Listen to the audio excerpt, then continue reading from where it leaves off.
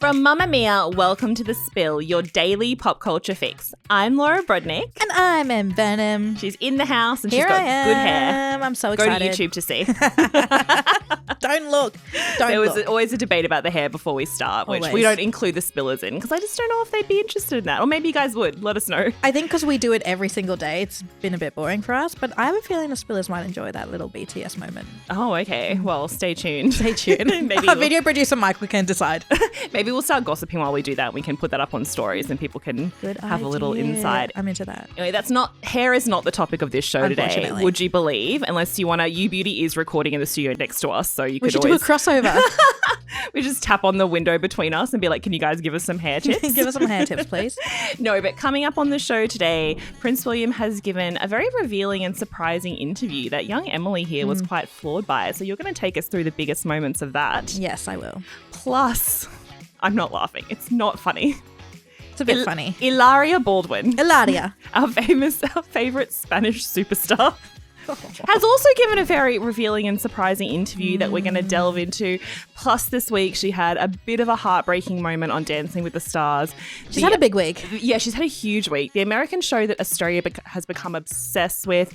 We're going to unpack all that. But first, Emily, this week you saw some photos that traumatized you. Yes. Traumatized is a very intense word. But I feel fitting for this moment. I did see some videos and some short clips, I want to say, of two very, very famous people on a red carpet that I didn't think I'd ever see together again. Mm-hmm. I am talking about Jennifer Lopez, or also known as J.Lo. You might know her, and Ben Affleck. Yes. My favorite couple and then exes and then couple and then exes trope. They are currently in the exes phase of their relationship. And yet they were spotted together on a red carpet at what I'm assuming is a movie premiere, because I know they did a lot of work together when they were together. And they're kind of cuddling. They're smiling at each other. He's whispering in her ear. They're looking very, very happy together. But I don't want to get my hopes up. Yeah, look, I definitely wouldn't get your hopes up at this stage. Do you think they're friends? I think so. Do you think exes can be friends? I don't know. I think exes who have to go on a very public red carpet and pose together can definitely look like friends. No, the reason I think they're friends is that Jennifer Lopez has been seen taking his kids out shopping in the last few months recently, but definitely since their divorce. What? Well, yeah, because she was their stepmom for over a year. So you break up with someone and you still have to look after their kids? Well, maybe she had promised Samuel that she would take him to a specific shop or something. We don't know. Like when kids are involved, it's a bit more, it's a bit more layered. But yes, they were together at the premiere of Kiss of the Spider-Woman, which is the new... Why are you laughing at that? It's a funny name. Well, it was a very famous... What's a Spider-Woman? She's like the star. I know it sounds like she's playing a woman who is a spider, but unfortunately, is it like Spider-Man? No, like how it's like Supergirl. It's not in the same universe as Spider-Man. Would you believe it? So I believe it was a very famous book, and then it became a famous Broadway play, and it has been a movie as well that I think came out in 1985. That was before I was born. So what do I know? And now they've remade it again for the big screen. Right. And it's about two prisoners in a cell together.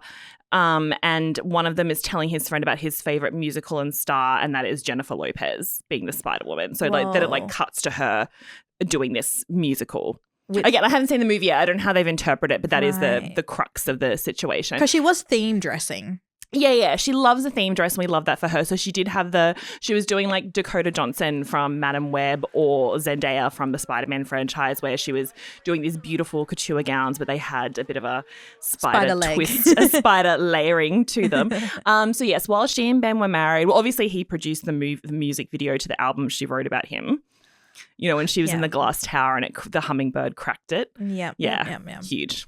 Oh my God, I forgot so much about this relationship. They did so much together in the little time they had. So much together in the time they were married. They were I don't think they had time to actually be at home or be married, because they were just making her album, making the movie that went with her album. Gaining those newsletter subscribers. Yeah, exactly. Getting married twice. Then they made that other movie with Matt Damon, that one that came out just after their divorce was announced. Remember those? Ben Affleck didn't go to that premiere. But Matt Damon had to console J.Lo. Yeah, you can see the photos from the after party where he's holding her hand and she's like explaining to him, and that was in the depths of their breakup. I feel like every friendship there's a Matt and a Ben. Yeah. There's the one who goes off and breaks hearts and does whatever they want and has a really good time. And then there's the other person who picks up the pieces of the fallout. I'm a Ben. Oh, you're a Ben. You're a Ben. Sadly. I feel like I'm a Matt. I think you're a Matt. Do you think that's why we get along so well? I think you are a really great Matt for me. It always happens. Do you think that's why we get along so well? Is that we are the Matt Damon and I don't think Ben two Affleck Bens of Mamma can Mia? be friends and two Matts can't be friends. No, absolutely not. You need those two. Yeah, you need a balance. Yeah, you need the balance of the two of them. So yes, the reason that we're at this premiere is that Ben and Matt's production company produced The Kiss of a Spider-Woman, and it's starring Jennifer Lopez. And even though she says she's not going for an Oscar, it is widely believed to be her big Oscar push. The Spider-Woman? Yeah. Oh, wow. Yeah, because it's going to be like a big dramatic performance based on a book, based on a play. Apparently and do you it's very think dramatic. They're going to start leaning more into the ex's friendship trope because that would help the movie?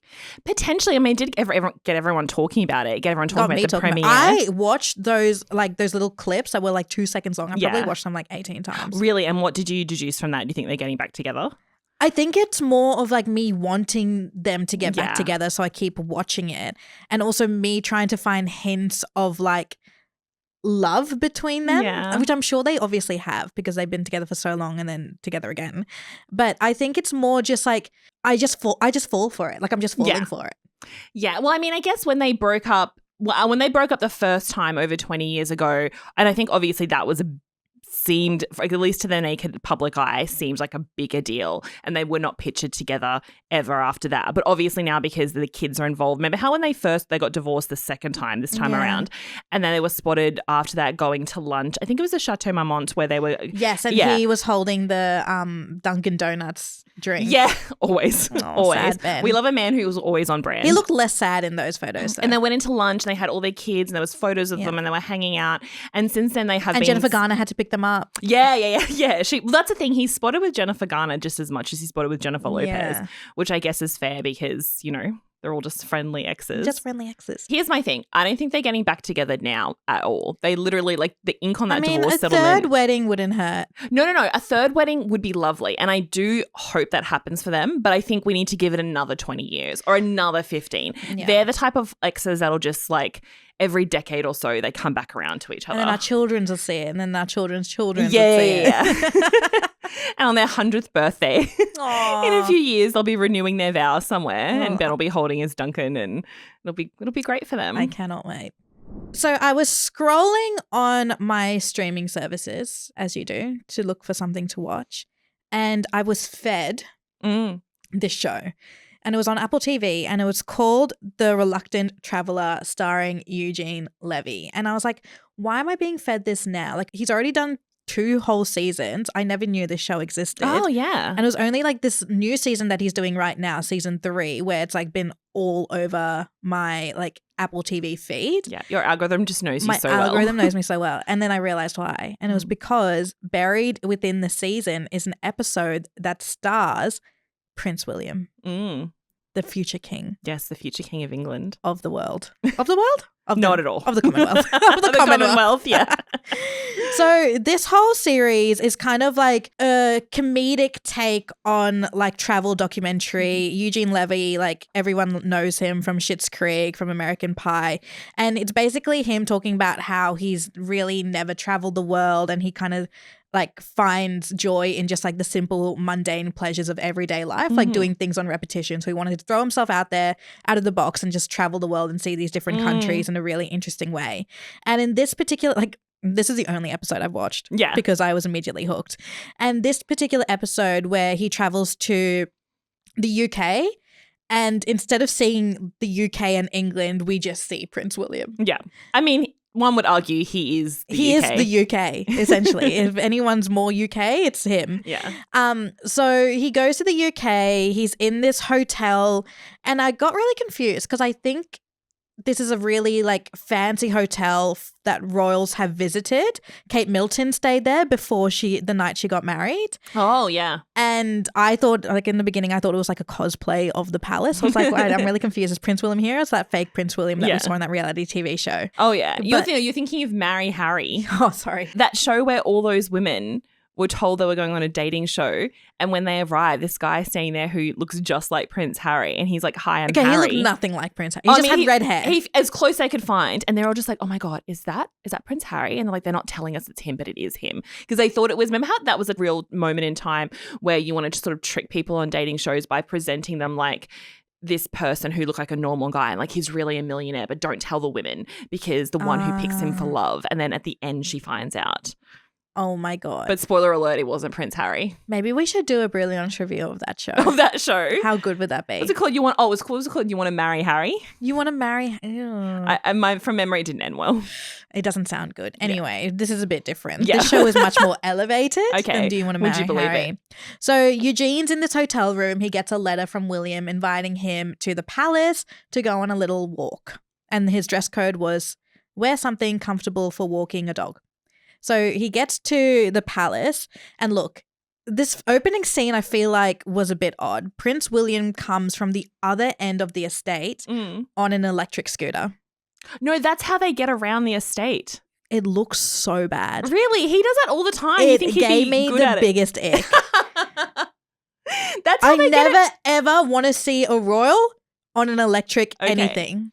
That estate is so big, so like that's how William gets around, and like other people. And there it was just too. the silence, and you just hear the. It's like and he's so far away, and they filmed the whole thing of him coming all the way around, and Eugene's just Eugene walked from his hotel, and Eugene's just standing there like, there he is.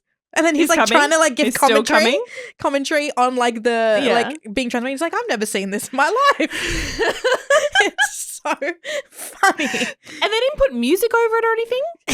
I don't think you can when you're talking to a royal. Yeah, no, but to make his coming on a scooter kind of come like not be as like awkward. Trumpets, like something that what that reminds me of is like when we used to get like the pre-screeners of The Bachelor and they would send them to us, but they hadn't. We got them so early that they hadn't put any of the sound. And it's just awkward. So then you'd be like, girl gets out of the car and then she has to walk up to The Bachelor and it's just like all you hear is the gravel crunch, crunch for so long. You're like, oh, I don't realize how much the music is doing all the heavy lifting. Yeah, music does a lot of heavy lifting. I thought they should have given William like a cool backing tune so he didn't look stupid on the scooter. Yeah, maybe some like hardcore rap or something like that. Yeah, that wouldn't have seemed out of place. The actual interview that they do, because it ends up being an interview, of course, makes William so likable. Yeah, which is obviously why he did it. Like he's in real big kind of... That's what I'm confused about. Like why would he kind of do something like this? Because he's trying to redo his public image. He's about to be the next King of England, but also the royal family for the last couple of years in particular has had a real PR problem.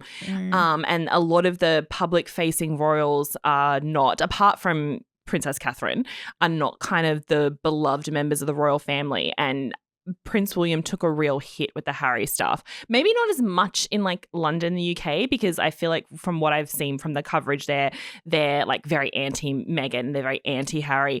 But also you've got to think like in Prince Harry's book, he writes about his brother being really cold towards him. He writes about his brother like forsaking him for Kate Middleton when they got married and not understanding him, but also of him like coming into his house and like pushing him up against the wall and hitting him and then lying to him and then screaming at him about Meghan. And like he's come, for anyone who like believes outside the story, he's come out of this not looking great, and people still love Catherine quite a bit, but he's taken a bit of a hit, personality hit, especially when people thought he was cheating on her. Yeah. Remember those stories? And people thought that Catherine was in hiding. There's a whole thing. Remember how he never talks to like reporters on the street or gives comments, because he only ever does like very kind of set down formal interviews with journalists that the palace has like an understanding with. And when that reporter was like, are you a racist family? And he doubled back and said, we are very much not a racist family, when everyone thought that he was the one who had said the comments about Archie's skin. So for like the last couple of years, his image has not been, it's been a very turbulent place. Yeah, so I feel like this is a safe space for him to reinvent himself, because Eugene Levy is known for being like a really calm and like lovely, and he's like a father and he's figure. Also Canadian, which I think is an important point, because it's like not like, I feel like with an American it would not have been the same style of interview, and it would have had so many hidden layers that people would read into. But also with everything that the public have perceived about William, his answers are really interesting if you look through them through the lens of like everything that's happened, like about the racism allegations that were happening in the family with Meghan Markle. There was a point where Eugene Levy asked him, were you close with your grandparents? And he said, I was close, but they were from a different generation. Yeah. And he went on saying that like when they were kids, they it was a very formal relationship, but when they grew up, they became much, much more closer. And he didn't speak about Harry at all except for once where he was talking about how he wanted to make change when he became king. And interestingly, People magazine did a cover off of the back of this interview, I guess because it was such a big insight into Prince William that he hasn't given in a really long time. And they made an interesting point saying the word change and monarchy never really go together. Wow, yeah. And he talked so much about how he thinks tradition is important, but we also have to look at some of the systems that he said we have to look at some of the systems that were suppressing me and Harry that I don't want to go through again when we were kids. And I thought that was really interesting because you also forget that it feels like they've had such different upbringings where they are now, but they actually haven't. They've literally lived under the same roof up until now. And it's like they went into complete opposite directions. And he talks a lot about his mum and things like that. He also talks about his relationship with the media and saying how specifically now he's more protective of his family than any other time in history because of King Charles' diagnosis, his wife's diagnosis. Yeah. Like he said that his dad is a king and he can protect himself, but he still very much wants to draw that line between media and family. But at the same time, he said, and I want to quote this because I thought it was such an interesting line, but you have to work with the media. You have to have a grown-up situation with it as well. And I thought that was right to Harry. Yeah, that was a bit of a slight to him of how much he's sort of like sued members of the media. He's talked about the tabloid press. He's actually said like when he was doing his book promo, I think it was Anderson Cooper who said to him like, oh, you said this about your family. He was like, no, I didn't. The British press said that. The British press said that. Like it's always him coming back to that of they're the root of all the problems in both the royal family and his world. Yeah, it was just such a interesting interview, and you're so right. Like Eugene Levy, I think, was like the perfect choice. It was such He's so neutral. It was such a smart decision on William's behalf. Oh, 100%, because he would get so many offers and like requests to do different things. And I think like he's probably done so many interviews with the same few journalists in Britain that people just glaze over them because they're like, this journalist always asks the same questions. They never ask him the tough questions.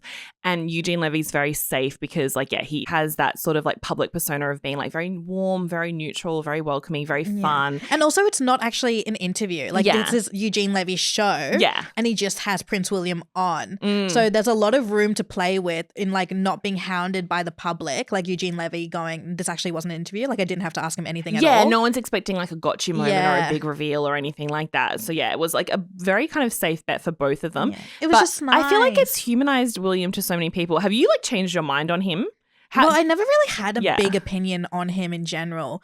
It just because I'm not a royal apologist. I'm obsessed with the royal family and everything just the drama about of it. them. Like there was a scene where he shows Eugene Levy the armor, the knight armor that King Henry VIII would wear. That man was LB, I'm not even joking. He was shorter than me. Yeah, no, I believe you. He was tiny. They had it on this big ledge and Prince William was like taller than it. It was crazy. And I was like, I just find like that stuff really interesting. But it also reminded me of another interview.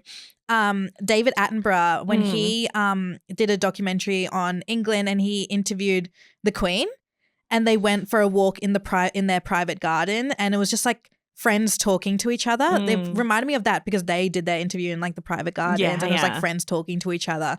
And I think I preferred these type of interviews that aren't really interviews with the royal family way more than like the gotcha moments that we've been seeing recently, especially with Harry and Meghan. I mean, look, sometimes there's a space for gotcha moments because sometimes they're not the journalist trying to trick the person. They're just asking a tough question or a big question and sometimes you have to answer truthfully. So I think there's a space for that, but I also think like you're right, this is a travel TV show. But so it's not out in the world to kind of bring Prince William down, but I do think it was very calculated on his behalf and his whole team's behalf of it's the way so he wants to present himself to the world. Because he's not a good actor. So you can see where they cut scenes and then William's just like, thank you, Eugene, for joining me today. Yeah. I'm like, oh my God. He's like, I'm trying to say my line. It's very cute. And now I've just started watching all the other episodes. I'm obsessed with Eugene Levy. He's so funny.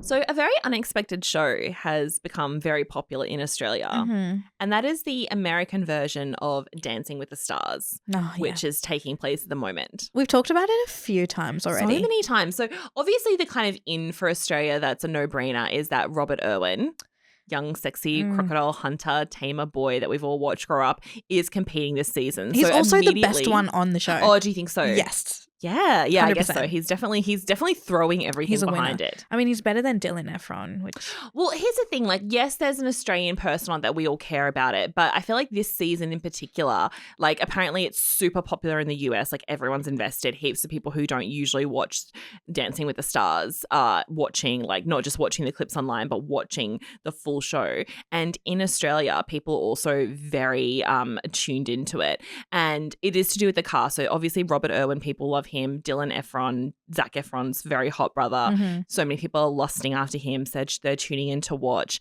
Alex Earle, who's one of the... I forgot she was on there. Yeah. And apparently she's like really good. Well, I was watching her. They had Disney Night this week. So I was watching her Maleficent dance. It's really good. And I think that in with her is that obviously she's one of the biggest influencers in the world. She's one of the biggest TikTokers in the world. But we've never seen her do like a very traditional broadcast show like this. So you're getting access to her in a different way. And to a different audience. Yeah, exactly. And also people were just like, well, how is she going to come across doing these dances? And so she's even got a bigger fan base, if that was possible, from like the millions and millions of people that followed her. And then we also have Hilaria Baldwin. Oh, God. Hilaria. Yes, a lot to say about her. I thought she was too busy with her show, Keeping Up with the Baldwins. Is that what it's called? It's definitely not keeping that. I think you'll find that's Keeping Up with the Kardashians. She is a busy woman. I'll give her that. She's raising 7 children. She also shoots reality TV shows. She wrote a book. She and her oldest daughter Carmen are launching a podcast. She's all about it, and she has been competing. I didn't on know Dancing she's with the launching a Stars. podcast. Yeah, with her daughter Carmen. It's called Growing Up Together. In Spain. In Spain.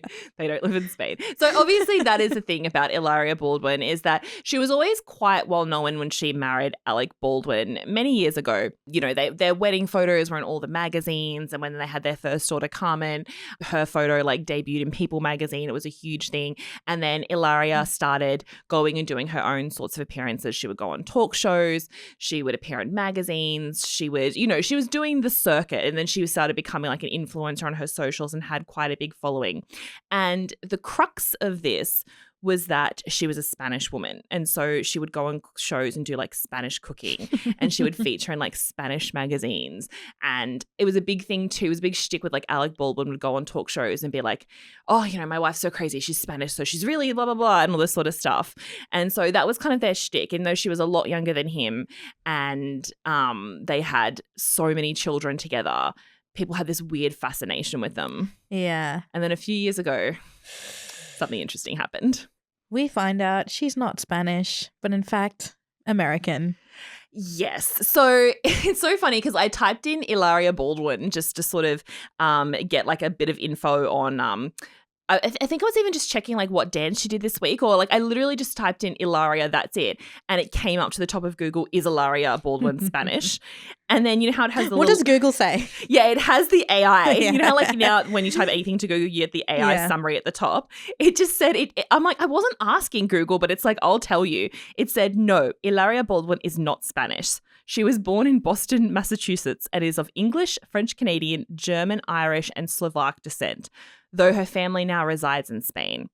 And then they said, a controversy erupted in December 2020 when social media users accused her of misrepresenting her Spanish heritage and faking a Spanish accent, leading to widespread public discussion about her claims of a dual cultural upbringing and her confusing public statements on the matter. Oh, God. That year, I remember that so clearly embarrassing. because it happened. You know what I would do? Yeah. You know what I wouldn't do after something like that came out about me? Make a reality TV show. I know, but it kind of did like humanize them to people because she had this scandal of pretending to be Spanish, and then he was obviously involved in the Rust shooting incident. Oh God, I forgot about where a woman unfortunately died, and then another person was shot, and Alec Baldwin went to trial for that, and then like the armorer on the set went to jail, and it was a whole huge situation. So then they made this reality TV series, which a lot of people I think started watching as like a bit of a joke. But then people started to really, reality TV can do that. You start to warm to them and you see them with their kids. And I you see fall them for in this, it. like, you would fall hook, line, and I sinker know. for it. You'd be like, I love Alec Baldwin. He's the best dad. She's the best mom. It always does that to me. I don't have a backbone. It's the force of storytelling. It's so funny because I was obviously aware of who Hilaria Baldwin was, and I saw her pop up in talk shows, and I was like, yeah, that's she speaks quite good English for someone who's first. I used to see her on talk shows. I'm like, yeah, she speaks really good English for someone who's like, it's not her first language. Like, I don't speak 2 languages. Who am I to judge someone? And when she would like forget words and not be able to say phrases in English and all this sort of stuff. It was like cucumber or something. She could, yeah. Like how you say cucumber? Yeah. That clip is so damning because it was, she's on a cooking show because she would go and do these like demonstrations. It's just, I can't believe we went through that as a culture. Like, I know. And the worst thing, we were on Christmas holidays, so we weren't even doing the pod. And I was trying to explain to my sisters, to my lawyer sister and my doctor sister who don't follow pop culture. And I was like, you don't understand. She's not Spanish. And they were like, stop talking to me. I don't care about this.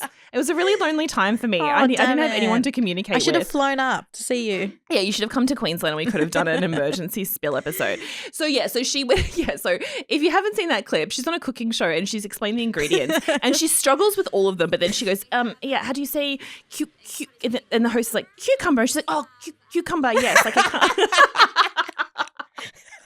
Which, again, for someone who is Spanish, that's not funny. Yes, when we originally saw the clip, no one was laughing. For a woman who was born and raised in America for her entire life and lived here for her entire adult life, a little bit funny. A little bit funny, especially when your whole Spanish accent is completely fake. And so she even had the people of Spain fooled because she would be on the covers of like Spanish magazines talking about like her Spanish upbringing and her family and how she was of so Spanish descent.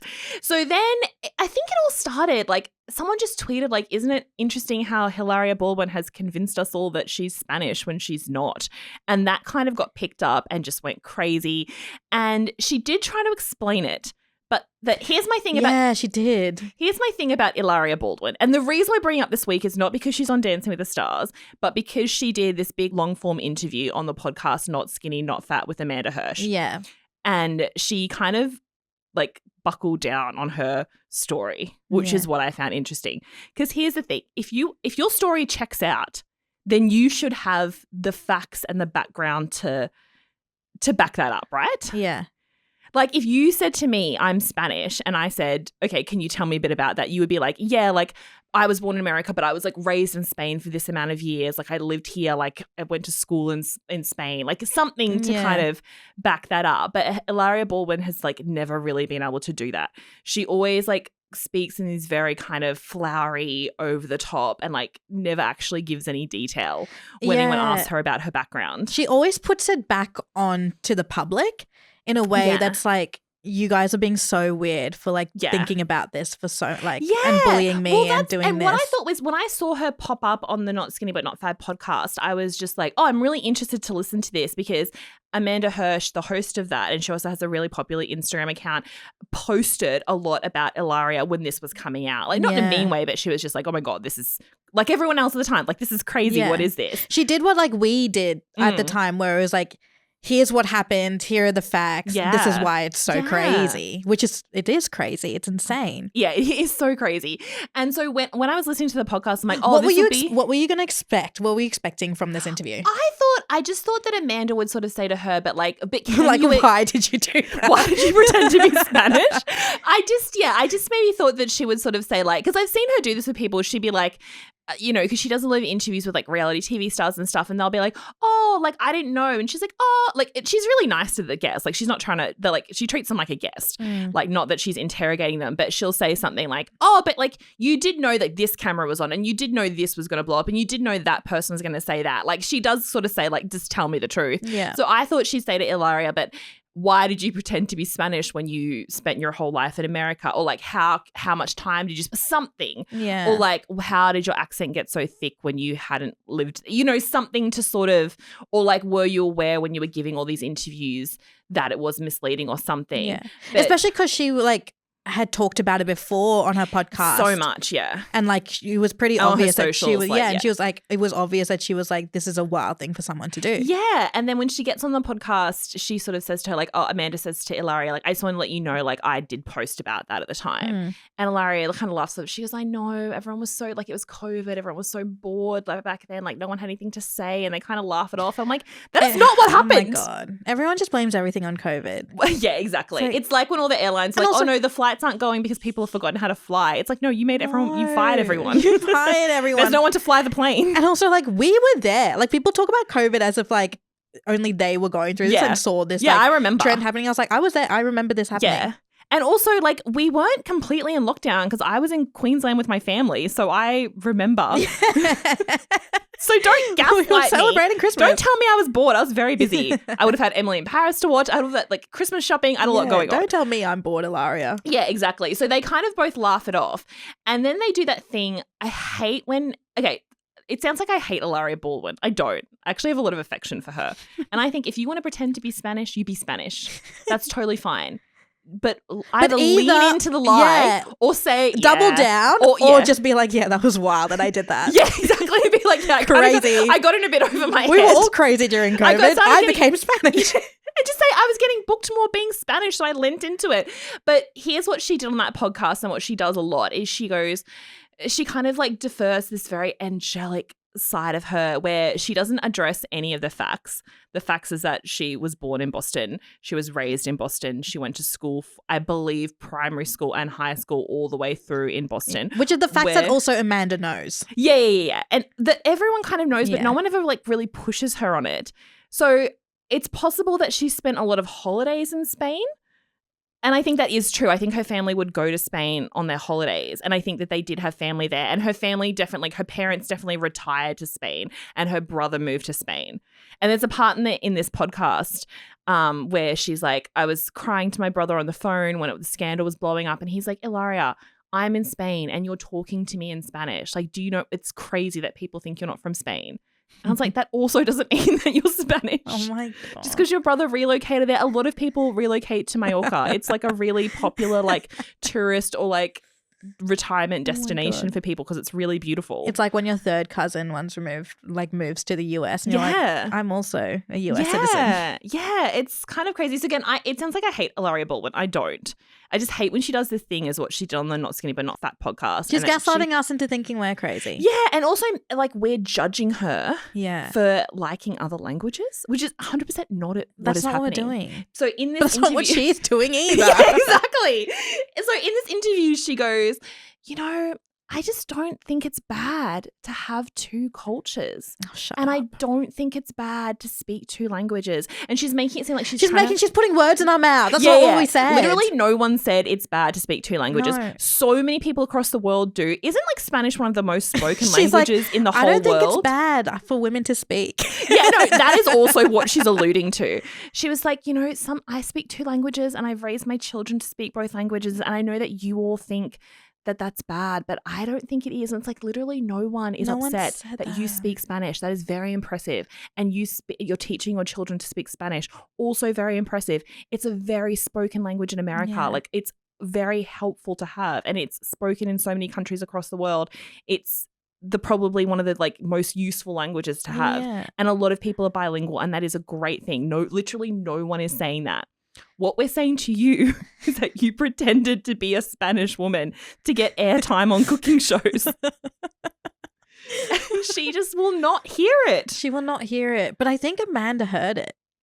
Do you think? Yeah, what did you think listening? Because I sent this to you and I said, I just listened to this and I just can't stop thinking about the fact that I just wanted to scream, ask her why she pretended to be Spanish, and don't make it a moral issue of like we're judging women for learning languages.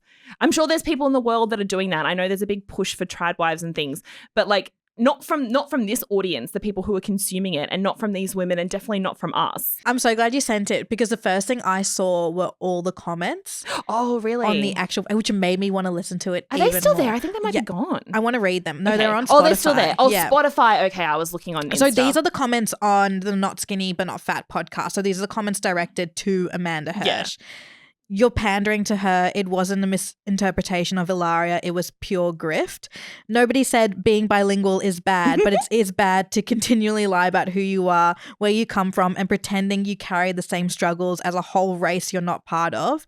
And also, this was very hypocritical of you. Oh, okay. I hadn't seen that. So I think a lot of people... Because I wasn't saying that. I was just like, yeah, just find this interview hard to listen to. I thought the interview was quite hard to listen to because everything I wanted Amanda to ask, she didn't. Yeah. And I think some of the comments, firstly, a lot of the comments are quite terrible. So I don't recommend anyone to go read them. No, that's not nice. It's not nice, especially if you're anonymous. But I think a lot of the stuff that the comments were saying was stuff that I actually agreed with to an extent, in that because Amanda had such a well-researched and thought out opinion about Hilaria before going into this interview, I was annoyed that didn't come across in the interview itself. Yeah. I felt like she allowed Hilaria to say those things without actually checking in on her and being like, that's actually not true. Like what Hilaria was saying was actually factually not true.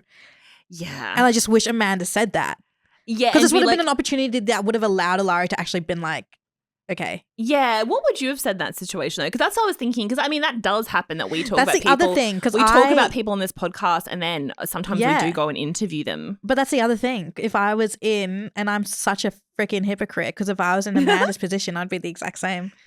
You'd be like, I think women should be able to speak another language as well. I'd be like, I hate society. I hate that we're not allowed to speak multiple languages. It's so true. Like I would be in that You'd fold like a cheap bitch. Yeah. But also that's like, it's some people's jobs here, but it's not my job. Like if I was like had to interview, like do that type of interview with a celebrity, I know I wouldn't be the best person for that job. It's hard because sometimes I don't like you can't ask them, a celebrity, about every sort of controversy that they've done in an interview, especially if they're there to talk about a movie. But I think with her it is a little bit different because... But I think Amanda could have just said like, ignore, kind of like not gave in. Like I felt like she gave in a little bit by like...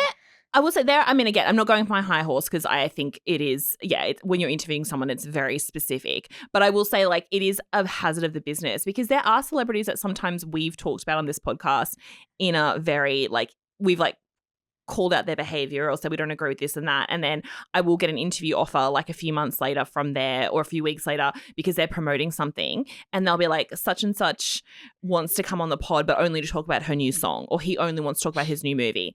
And I'll say like, oh, that's great. And we'll definitely give the opportunity to do that. But also like, we'll just have to address this and this because we've said it on the pod. Yeah. Like we can't have Tom Cruise on this pod when we've talked about all this crazy stuff that he's done and then be like, tell us about the movie. Like that's bad. Or like when Rita Ora wanted to come on and promote her album, like we had just had all these discussions about the blackfishing situation or the COVID parties and all these things. And again, not that I would have hammered them and said, tell me the truth or you're a bad person. But I'm like, you can't do a podcast episode being like, this crazy thing happened and then be like, not address it when you talk to them. Yeah. So it is hard. So yeah, again, I wish no ill will to Hilaria Baldwin. I actually like think if you want to go off and like make a reality show, make a podcast, you want to be also, on Dancing her with the accent Stars. now is it's gone, right? The Spanish is gone. It's not even a hint of Spanish. In fact, it sounds like a caricature of an American accent. Like a fake American accent. But yeah, she's out of Dancing with the Stars. Yeah, I did feel bad for her about that. So yeah, Hilary Thomas, as she was born before she became Hilaria Baldwin,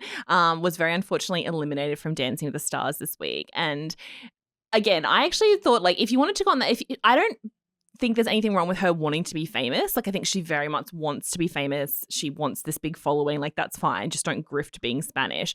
But I did feel bad because I sent you her exit interview where she said this. I closed the door and danced a long time ago. Maybe I'll close the door again. And a lot of people were being really nasty to her, being like, when she's like, maybe she's like basically saying like, I'll never dance again. But I mean, she was trying to be a dancer and then she broke her hip. So that's why she couldn't dance. So it is kind of sad when you know that context. That is quite sad. Yeah. Well, I'm sad to be missing her on Dancing with the Stars. What is it? Triste? Is that Spanish for sad? You're going to have to ask Hilaria. Would you believe that both Hilaria and I are not Spanish? Two of a kind. So yeah, we wish her all the best, our non-Spanish What do you think sister. she's going to do now? Back to cooking? Yeah. I mean, again, she's got 7 kids, so she's very busy. And then she and Carmen are starting a podcast together. That's right. I wonder what accent she's going to do for the podcast. Yeah. Oh, you're so interesting. A surprise. Yeah, surprise us. Oh, Hilaria. Love you. Oh, Hilaria.